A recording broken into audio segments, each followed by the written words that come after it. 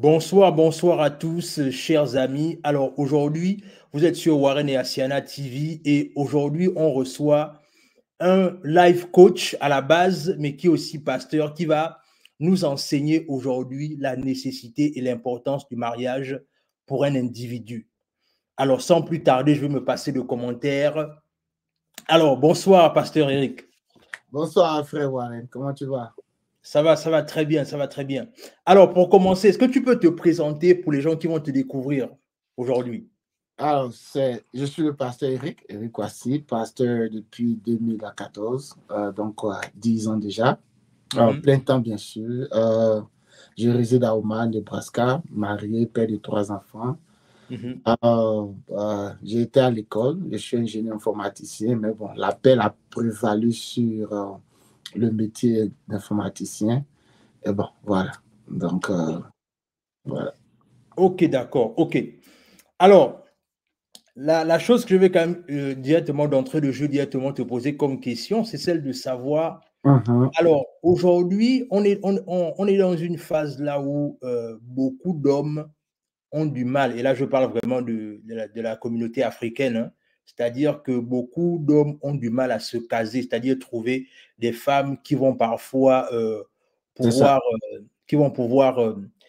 rencontrer et avoir un parcours avec eux. Déjà, pour commencer, d'après toi, quelle est la définition que tu donnes du mariage? Oh, le mariage. Alors, il faut comprendre que le mariage, c'est une très bonne chose, hein? C'est une très bonne chose quand tu as fait un bon choix. Alors, le mariage, il faut comprendre que selon la Bible, hein, c'est une institution divine. C'est une institution de Dieu. Alors, quand on parle d'institution, on parle d'établissement. On parle d'organisation. C'est une institution comme l'OMS.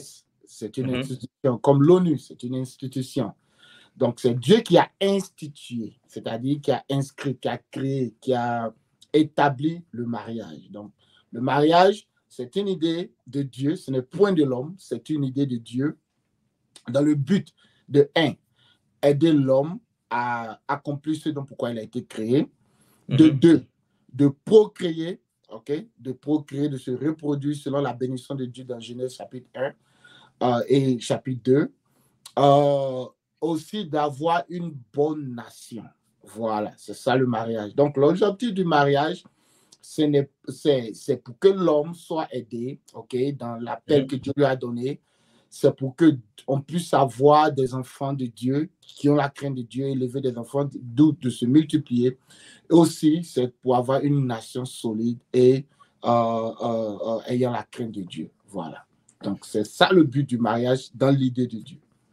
Ok, alors tu viens de dire quelque chose d'intéressant, c'est-à-dire tu as souligné quand tu fais le bon choix.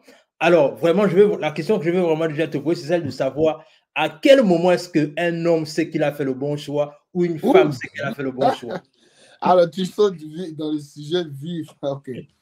Alors, comment savoir que tu as fait le bon choix?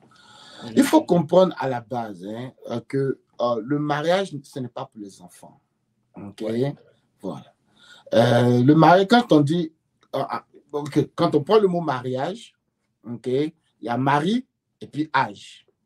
Yes. Ok, donc le mot âge n'a rien à voir avec le nombre, mais le mot âge a quelque chose à voir avec la sagesse. Ok, donc le mariage, ce n'est pas l'âge, ce n'est pas pour les enfants. Un homme peut avoir 20 ans, mais il peut être assez sage pour se marier. Une femme peut avoir 16 ans, mais elle peut être assez sage pour se marier. La sagesse, c'est l'application de la connaissance qu'on a reçue des parents ou de Dieu et qu'on applique. All right? Donc, le mariage, pour connaître si tu as fait ton bon choix, alors on a sauté, mais on va y arriver. Bien sûr, bien sûr. Pour savoir que tu as fait le bon choix, il faut savoir d'abord, est-ce que tu avais des critères avant même de te marier?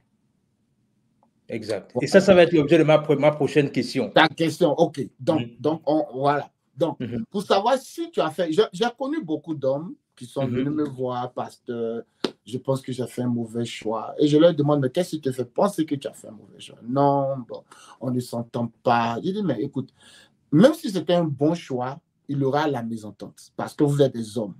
OK? Vous êtes des hommes. Alors, comprends que la première définition du mariage que j'ai donnée, c'était une définition spirituelle. Mais il y a une autre définition, il y a plusieurs autres définitions du mariage, donc on reviendra dessus. Alors, donc répondant à ta question, comment savoir que tu as fait le bon choix? D'ailleurs, c'est très simple. Hein? C'est très simple. Quand tu manges, par exemple, et que le repas est bon, qu'est-ce que tu dis? Parce que c'est délicieux, que j'ai aimé. Voilà. Alors, même si ça te brûle, tu sais que le repas est bon. OK? Donc, tu ne peux pas justifier que tu as fait un mauvais choix si ça te brûle. All right? Mais tu sauras si tu as fait un mauvais choix lorsque la personne que tu as mariée, premièrement, la personne que tu as mariée t'empêche d'accomplir ton rêve. Pas seulement ton rêve, mais ce qu'on appelle en anglais, on dirait ton divine purpose. OK. Voilà. Je ne sais pas comment on va dire ça en français, mais ton appel. Voilà. Ton appel. OK? Alors, comme ça, laisse-moi qui suis pasteur, mon épouse, que tu connais bien, se lève et qu'elle me dit non, que je ne veux pas que tu sois pasteur. Je ne veux plus que tu partes voir les gens. Alors, je dirais que, oh, qu'est-ce qui se passe? Je pense que j'ai fait un mauvais choix. Parce que la Bible dit quoi? Dans Genèse chapitre, il dit que Dieu dit que l'homme n'est pas bon que l'homme soit seul. Donc, Dieu décide de créer une aide semblable à la femme, à l'homme plutôt. Une aide semblable à l'homme. Donc, si celle qui est censée venir m'aider ne m'aide plus, mais me cause des problèmes, donc là, j'ai fait un mauvais choix. Alors, allant plus en profondeur, si celle que j'ai choisie ou celui que j'ai choisi, alors n'adopte pas un caractère qui me donne de la valeur, mais qui diminue ma valeur, ce sont des red flags.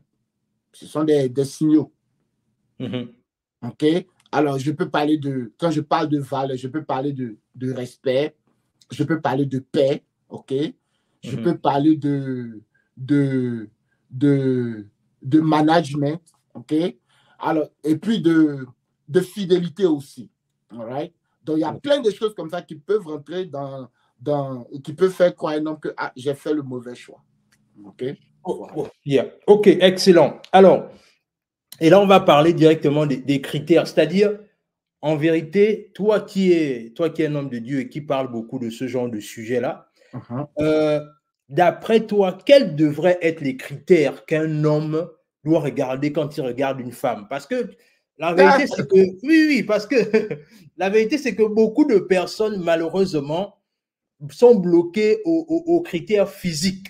C'est-à-dire, la plupart du temps, quand je regarde une femme et que je dis que je veux la marier ou bien que je veux faire d'elle ma femme, on se limite souvent, la plupart du temps, rien qu'au physique. Mais d'après toi, quels peuvent être les critères fondamentaux qui puissent faire en sorte qu'un homme multiplie ses chances de réussir son mariage? Il y a beaucoup de critères, mon frère. Il y en a beaucoup. Je vais les citer à la pêle-mêle, je n'irai pas en ordre, mais il y a beaucoup de critères.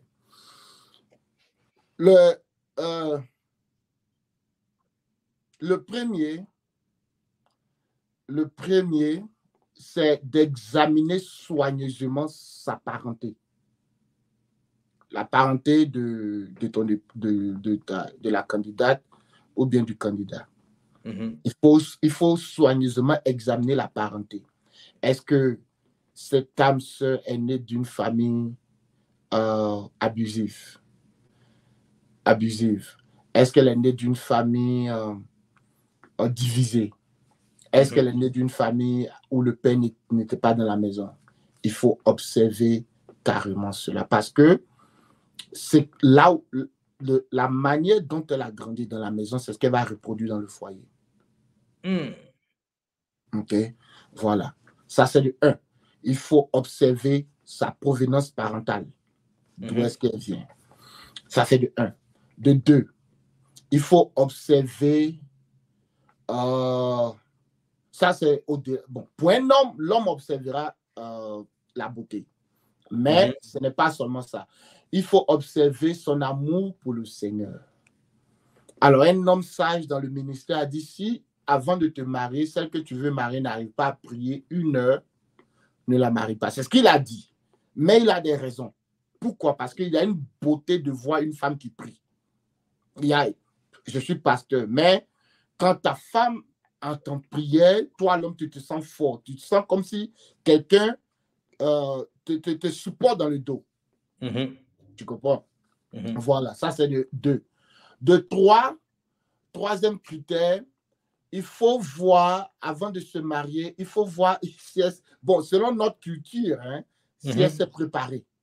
OK? Ouais. Ça compte. Parce que l'homme de nature, si c'est un homme, je parle du côté des hommes. Bon, il y a du côté, il y a l'homme qui choisit la partenaire et puis il y a la femme qui choisit le partenaire. Donc, premièrement, je parle de l'homme qui va choisir une femme. OK? Et il faut aussi faire se préparer. Il faut aussi voir si elle a un peu le sens du respect et de l'honneur. OK? Pourquoi? Parce que nous, les hommes, de la même manière, la nourriture ou bien la beauté est pour la femme, l'honneur et le respect aussi est une chose très, très importante. Voilà. Quoi d'autre encore? Il faut aussi voir si elle a certaines aptitudes de service. Okay? Certaines aptitudes de service. C'est-à-dire qu'elle n'est pas centrée sur elle-même. Okay? Il faut aussi voir sa fréquentation. Quel genre d'amis elle a? Okay? Est-ce qu'elle a encore des amis qui font le Congo-Sable? Est-ce qu'elle a encore des amis qui aiment les boîtes de nuit? Il faut observer tout cela. Okay?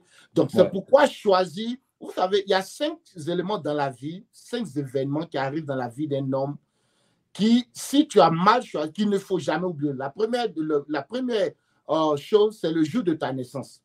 Le jour de ta naissance est un jour où tu es né et il y a un chiffre dans l'atmosphère spirituelle.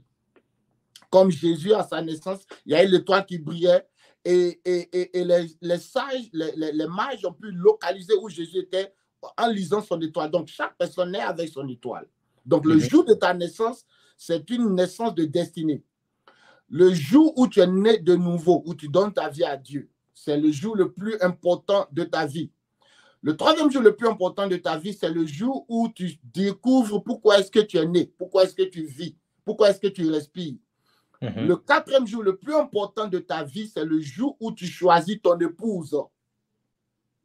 Soit tu deviens misérable, soit tu deviens heureux. Et le 5e jour de ta vie, le plus que tu ne dois jamais oublier, c'est le jour où tu passes tu meurs. Ces 5 moments de la vie à ne jamais négliger, surtout pour le choix de son épouse. C'est pourquoi j'encourage beaucoup les jeunes gens. Il est vrai qu'il y a l'orgie sexuelle, bon, pas l'orgie sexuelle, mais les désirs sexuels qui sont là, tu vois les autres qui se marient, ton âge avance. Je leur dis, prenez votre temps. Prenez votre temps. Prenez votre temps pour choisir votre conjoint. OK? Voilà. Donc, ça, c'est quand je parle de l'homme qui veut choisir une épouse. Maintenant, la jeune dame qui veut choisir un homme, alors, qu'est-ce qu'il faut faire? Il faut que la jeune dame sache si le jeune homme a d'abord une vision. Une vision, c'est qu'est-ce qu'il veut faire de sa vie? Où est-ce qu'il va? Alors, c'est très dangereux pour la jeune dame de vouloir s'accorder à un jeune homme qui ne sait même pas où il va. Alors, si 2 personnes ne savent pas où ils vont, imagine où est-ce qu'ils vont finir. Dans un trou. Voilà. Donc, la jeune dame doit poser la question au jeune homme ou bien au frère. Dis-moi où est-ce que tu vas? Dans 5 ans, dans 10 ans, comment est-ce que tu te vois? Qu'est-ce qu'elle doit observer encore? Elle doit observer si d'abord il a au moins des moyens. C'est-à-dire qu'il a un peu d'argent. Est-ce qu'il travaille? Est-ce qu'il y a de l'entrée, il y a des entrées? Parce que, écoute, dans la mentalité de Dieu, en établissant le mariage, c'est l'homme qui travaille et la femme l'aide à manager le travail. Donc, est-ce que cet homme-là dort encore dans le salon de ses parents? Est-ce qu'il attend que sa maman lui envoie de l'argent pour manger? C'était mon cas quand j'avais commencé avec ma fiancée à l'époque. OK? Mais quand elle m'a dit, écoute, tu es un grand garçon, tu veux te marier, j'ai dit à ma mère, écoute, arrête de m'envoyer de l'argent, je vais me débrouiller. All right? Yeah. La troisième chose pour la jeune dame qui cherche à se marier, il faut aussi connaître, comme de l'autre côté, la provenance de l'homme. Quelle est sa foi? Est-ce qu'il a une foi? Est-ce qu'il est chrétien ou bien n'est pas chrétien? Quelle est sa confession religieuse? Quelle est sa croyance quand il s'agit de Dieu, de Jésus-Christ? Parce que tout cela, ça compte. Parce que selon les confessions religieuses, hein, les choses diffèrent. Dans certaines religions, il fait OK de battre la femme. Mais dans la religion chrétienne, ce n'est pas normal. Vous suivez? Voilà. Ouais. Il faut connaître aussi quels sont les parents de l'homme, en plus de connaître sa religion, etc., etc. Voilà, je trouve. Alors, excellent, excellent. Beaucoup de sagesse et beaucoup de compréhension. Alors, maintenant, l'autre chose aussi, c'est le côté des finances. C'est-à-dire, on a un peu touché ça. C'est-à-dire qu'il y a des hommes, par exemple, ils partent du principe qu'ils veulent se marier, certes, mais ils espèrent que c'est la dame qui ira travailler et c'est la dame qui va tout faire et lui il va juste jouir de tous les privilèges. Alors, est-ce que quelque part aussi, d'après toi, déjà par rapport à ton expérience et surtout par rapport au fait que tu encadres des couples dans ce sens-là, dans le mariage, quel est le plus grand problème que tu décèles dans notre communauté africaine? Des problèmes de couple dans les mariages, c'est-à-dire, d'après toi, c'est-à-dire dans ton analyse personnelle et dans ton expérience, quel est le plus grand problème que tu as décelé pratiquement, c'est-à-dire tu fais des similitudes, tu vois toujours que c'est toujours pratiquement la même chose dans les couples africains en fait. Écoute, Warren, je ne vais pas te mentir, hein, ok?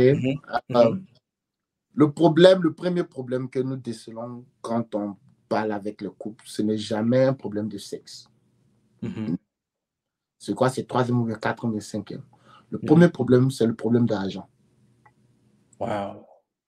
Voilà. No finance, no romance. Tant qu'il n'y a pas de finance, il n'y a pas de romance. L'argent supporte l'amour. Voilà.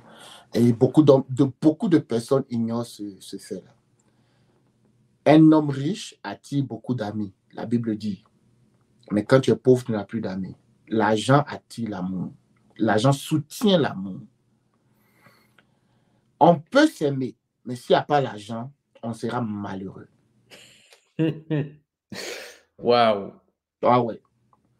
Et donc, je dis souvent aux jeunes hommes qui veulent se marier, ayez une assise financière. Soyez assis financièrement.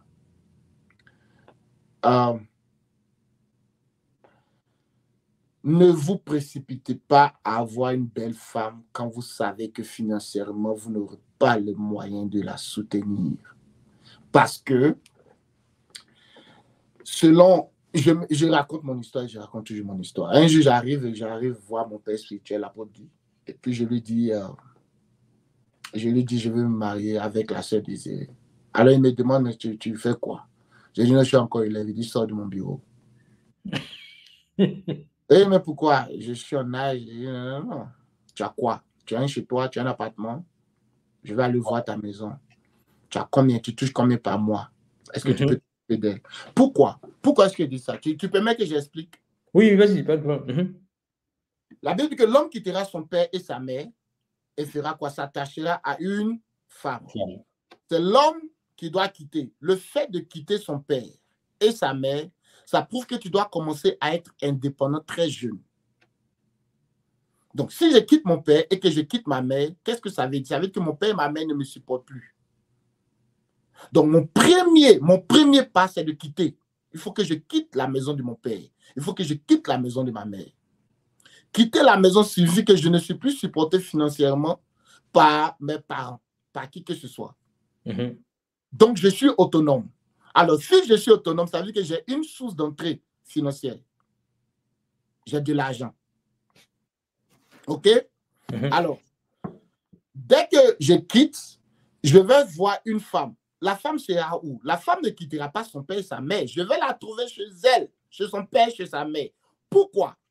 Bon, moi, je quitte mon père et ma mère. J'ai une phase de transition où je suis seul pour me construire. Ensuite, je vais me marier. Donc, j'ai une phase transitoire et je trouve une femme. Tu me suis? Voilà. La femme, elle n'est pas dans la rue. Hein. La femme, elle est chez elle. C'est pourquoi je disais tantôt au départ que la femme que tu dois marier, il faut voir d'où est-ce qu'elle vient, sa parenté. Donc, je la trouve chez elle, chez son père, je fais ce que je dois faire et je la prends. Dès que je la prends, elle quitte son père et elle vient chez un autre monsieur qui est son père. Donc, le travail que son père a commencé, moi, je continue. Donc, la femme n'est jamais faite pour ne pas avoir de père.